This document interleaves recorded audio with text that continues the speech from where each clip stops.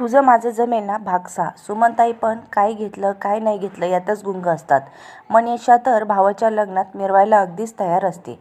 तिने खूप छान अशी साऊथ इंडियन स्टाईल साडीने सजलेली असते. थोडकाच मेकअप आणि केस सुटे सोडलेले.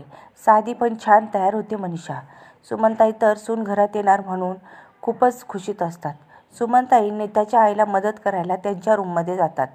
सीमाताईची पण तशीच तारांबळ उडलेली असते. दोघी मिळून सर्व नीट ठेवतात. तेवढ्यात नीता बाहेर येते. अबोली कलरच्या साडीत ती खूपच गोड दिसत असते. अविनाशच्या आईला समोर बघून त्यांच्या पाया पडायला ती वाकणार तेच तिला जवळ घेतात. आत्ताच त्याच्या डोळ्यात पाणी असतं. थोडं काजळ तिच्या कानामागे लावतात. हसून लगेच निघून जातात. नीता तिच्या आईकडे बघते. त्या पण त्यांचे डोळे पुसत नुकतंच हसत आणि कामाला लागतात. तेवढ्यात मनीषा त्यांना बोलवायला येते. काकू तुम्हाला पुण्यवाचनासाठी खाली बोलवतायत. मनीषा बोलते. तिचा आवाज ऐकून नीता लगेच मागे वळते. तसं मनीषा उगीच धडपडल्यासारखं करते आणि नीताकडे हसून बघते. तू कशी इतकी गोड दिसू शकतेस ग? आज आमच्या दादाचं काही खरं नाही. लगेच मोबाईलवर तिचा फोटो काढणारच असते तेच नीता तिचा मोबाईल काढून घेते. वैनुडी असं म्हणत मनीषा नीताच्या मागे मागे फिरत असते. लगेच काय ग तुला फोटो काढायचे असतात? नीता जरा मोठ्याने विचारते. दादाला ते आठवण म्हणून तुमच्या लग्नाची फ्रेम करून देईन ना मी, म्हणून साठवून ठेवते. मनीषा तिच्याकडे न बघताच बोलते. नीताला काय कळायचं ते कळतच हलकीच हसून येतं. फोन तिच्याकडे देऊन ते सर्व विधीसाठी बाहेर पडतात. सकाळपासूनच अविनाशचा पत्ताच नसतो. लग्नाच्या गडबडीत त्याच्या रूममध्ये कोणी गेलेलेच नसतं. वधूपक्षाचं पुण्यवाचन झाल्यानंतर आनंदराव अविनाशला बोलवायला त्याच्या रूममध्ये जातात. पण अविनाश तिथे नसतो. आनंदराव शोधतात पण त्याचा काहीच पत्ता नसतो. ते त्याला कॉल लावणार तेवढ्यात अविनाश त्यांच्यासमोर येतो. आनंदराव त्याला तयारी करायला सांगून निघतच असतात तेच अविनाश बोलतो. बाबा पूनम आली आहे इथे इंडियामध्ये. ती खूप बदलली आहे बाबा. तिच्या वागण्याचा पश्चाताप झालाय तिला. ती फक्त माझ्यासाठी एवढ्या लांब आली आहे. माझं खूप प्रेम आहे बाबा तिच्यावर. मी नाही जगू शकणार तिच्याशिवाय. हे सर्व थांबवा बाबा. मला नीताला फसवायचं नाही आहे. खूप चांगली आहे ती. मला नक्की समजून घेईल. तुम्ही एकदा फक्त भेटा पूनमला. तुमची सर्वांची माफी मागायला तयार आहे ती. नका. तेवढ्यात आनंदराव त्याला हातानेच बस एवढं बोलतात. लवकर तयार होऊन खाली या. आम्ही वाट पाहतोय तुमची. आनंदराव बोलून बाहेर जायला वळतात. पुन्हा मागे फिरून बोलतात. आणि एक गोष्ट अविनाश, नीताच तुमच्यासाठी योग्य आहे. पूनमचा विचार जेवढ्या लवकर तुम्ही डोक्यातून काढून टाकाल तेवढंच बरं आहे. तुमच्यासाठी पण आणि आमच्यासाठी पण. आनंदराव बोलून निघून जातात. खरं तर अविनाश खाली येईल की नाही याचं टेन्शन आलेलं असतं. तेवढ्यात तो तयार होऊन खाली येतो. त्याला बघून आनंदरावांना थोडं बरं वाटतं. वर पक्षाचं पुण्यवाचन झाल्यावर सर्व लगबगीनं तयार व्हायला जातात. कारण मुहूर्ताची वेळ जवळ येते. अविनाशचे मित्र त्याला तयार करत असतात आणि मनीषा नीताला तयार करत असते. नीता खूप खुश होती. मनीषा तिला गालात हसताना बघून हसत होती. अरे दादा. आणि नीताने लगेच मागे पाहिलं. मनीषा हसत बेडवर पडली तसं नीताने दोन्ही हाताने चेहरा लपवला आणि लगेच तिला मारायला गेली. दोघींचा हसण्याचा आवाज रूमभर पसरत होता. त्यांच्या आवाजानं अविनाश आल्या पावली परत गेला. मंगलाष्टक सुरू झाल्या. अविनाश आधीच हातात माळ घेऊन उभा होता. त्याच्या डोळ्यात पाणी होतं. तेवढ्यात नीता आली. पिवळ्या रंगाची नऊवार पैठणी, हलकासा मेकअप, खूप सारे गजरे घातलेले. आवरून आलेली नीता अविनाशच्या समोर उभी राहिली. मंगलाष्टक संपल्या गेल्या. नीताने अविनाशकडे पाहिलं आणि अचानक तिला तो वेगळा वाटला. त्याच्या डोळ्यातलं पाणी तिला दिसलं. हार घालून झाले. पुढच्या विधीसाठी भटजी काकांनी त्यांना खाली बसायला सांगितलं. नऊवार सांभाळून नीताला बसायला जमत नव्हतं. त्यात तिचा तोल जाणार. तोच अविनाशने तिला पकडलं आणि नीट खाली बसवलं. मग तो बसला. भटजींनी मंगळसूत्राची पूजा करून अविनाशच्या हातात दिलं. ह्या क्षणी नीताचं हृदय मात्र जोरात धडधडत होतं.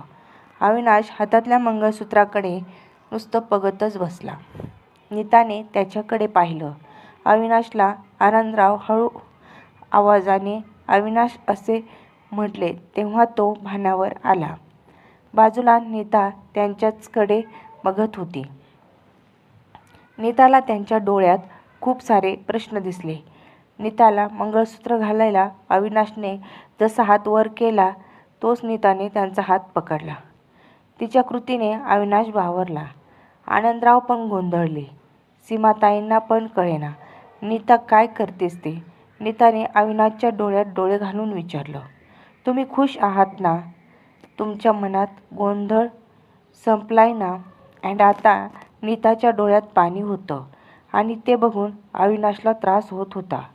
अविनाश तिच्याकडे बघून हलकाच हसला आणि म्हणाला, आजपर्यंत खूप समजून घेतलंस मला. मी म्हणालेलो ना तुला पाहिलं की मला समोरच्या वाटा दिसतात. माझं या मनाला गोंधळ संपलाय नीता. असं म्हणून अविनाशने नीताला मंगळसूत्र घातलं. सर्व टाळ्या वाजवतात. देसाई कुटुंब आणि सीमाताई खूप खुश होतात. सप्तपदी सुरू होतात. मनीषा नीतासोबतच असते. अविनाश पण तिला सांभाळून घेत असतो. सर्व विधी आटपून फोटो सेशन सुरू करून ते रिसेप्शनच्या तयारीला जातात. अविनाश रूममध्ये येऊन तोंडावर पाणी मारायला बाथरूममध्ये जातो. दरवाजा बंद करून अश्रूंना वाट मोकळी करून देतो. इथे नीता रूममध्ये आल्यापासून स्वतःतच हरवलेली असते. अविनाश काहीतरी लपवतोय याची जाणीव त्यांच्या वागण्यातून तिला होते. कारण होण्यात तिचं लक्ष नसतं. राहून राहून तिला अविनाश आठवत असतो. काहीतरी असतं ते त्यांच्या वागण्यात तिला खटकतं. मनीषा नीताला खूप छान तयार करते. अगदी दृष्ट लागण्यासारखी ती दिसत असते. बेबी पिंक लेहेंगा, त्यावर स्पीच आणि पिंक ब्लाऊज, हातात हिरव्या बांगड्या, गळ्यात नाजूक मंगळसूत्र, अगदी हलकेसा मेकअप, डार्क लिपस्टिक. आज तिला उठून दिसत असते. अविनाश पण छान तयार होऊन येतो. ब्ल्यू कलरचा थ्री पीस सूट त्याला शोभून दिसत असतो.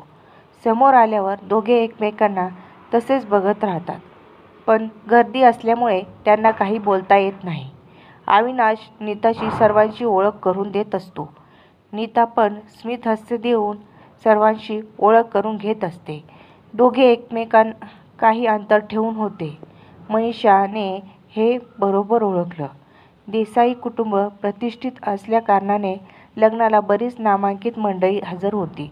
ओळख करून देताना अविनाश मधून नीताकडे पाहत होता. पण नीता मात्र आपल्याच विचारात होती. फोटोग्राफरच्या सूचनेनुसार मधूनच त्यांचे फोटोज निघत होते. अविनाश बळजबरी हसत होता पण नीता अजिबात हसून प्रतिसाद देत नव्हती. काय झाले असा डोळ्यानेच अविनाशने नीताला विचारलं. ती फक्त त्याच्याकडे पाहतच होती. तिने काही उत्तर दिले नाही. नीताला असं हरवलेलं बघून अविनाश विचारात पडतो. रिसेप्शन संपायला बराच वेळ गेला. शेवटी जेवण आटपून सर्व निघायची तयारी करायला लागली. नीता तिच्या आईच्या कुशीत खूप रडत होती. तिच्या बाबांना खूप मिस करत होती. तेवढ्यात सुमनताई तिला न्यायला आल्या. त्यांना बघून तिला आणि रडायला आलं. शेवटी तिला तिथून निघावंच लागलं. बाहेर अविनाश नीताची वाट बघत होता. नीताला रडताना बघून पुन्हा तो अस्वस्थ झाला. तिचे डोळे आणि नाक रडून लाल झालं होतं. सुमनताई तिला सांभाळून आणत होत्या. तिने एकदाही अविनाशकडे डोळेवर करून पाहिलं नाही. तिच्या वागण्यातला रोष अविनाशला समजला. काही न बोलता ते गाडीत बसले आणि निघाले आयुष्याच्या पुढच्या प्रवासाला. सुमनताईंनी घरी फुलांच्या पायघड्या घातलेल्या होत्या नीतासाठी. धान्याने भरलेला कलश, कुंकवाने भरलेला ताट उत्साहाने त्या नीताची वाट पाहत होत्या. खूप रात्र झाल्याकारणाने नीताला आजूबाजूचा परिसर नीट दिसत नाही. गाडी येऊन देसाईंच्या दारात थांबते. अविनाश खाली उतरून नीतासाठी हात पुढे करतो. नीता मात्र मनीषाला पकडून खाली उतरते. अविनाश खाली मान घालून त्यांच्या मागे चालू लागतो. सुमनताई दोघांचा औक्षण करतात. मनीषा त्यांना उखाणा घेतल्याशिवाय आत येऊ देत नाही. गणपतीपुढे मांडले प्रसादाचे ताट, नीतामुळे मिळाली माझ्या आयुष्याला वाट. अविनाश नीताकडे बघून बोलतो. आता नीता उखाणा घेणार असते. सर्व वाट पाहत असतात. अविनाशसुद्धा. संसाराच्या सागरात प्रेमाच्या लाटा, अविनाशरावांच्या सुखदुःखात माझा अर्धा वाटा. अविनाश चमकून तिच्याकडे बघतो. अविनाश नीताचा हात पकडून तिचा गृहप्रवेश करतो. आनंदराव हा सोहळा लांबूनच बघत असतात. अविनाशच त्यांच्याकडे लक्ष जातं तसं ते फोनमध्ये काहीतरी करायला लागतात. देवाचं दर्शन घेऊन हसत खेळत त्यांना चिडवत सर्व बसलेले असतात.